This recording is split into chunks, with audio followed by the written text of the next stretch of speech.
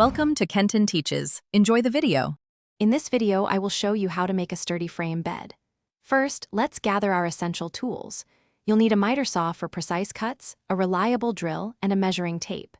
Next, select your lumber. 2x6s are excellent for the main frame, providing robust support.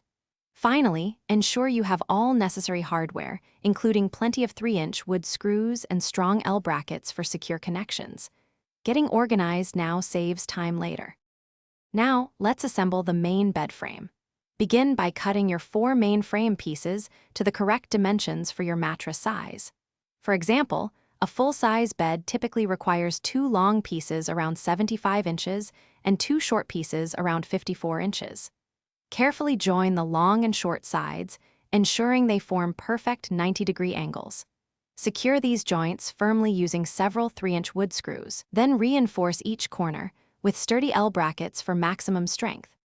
With the main frame complete, it's time to add the crucial slat supports.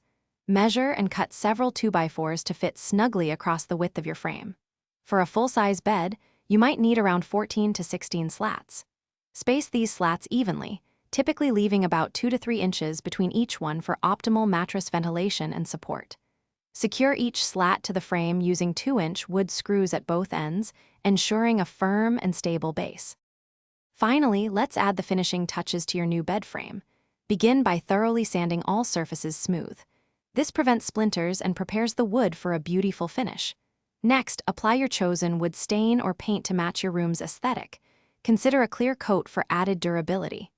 Allow ample drying time, often 24 to 48 hours, before placing your mattress. Now, you have a custom-built, sturdy bed frame ready for years of comfortable sleep. Thanks for watching. Please subscribe if this video was helpful.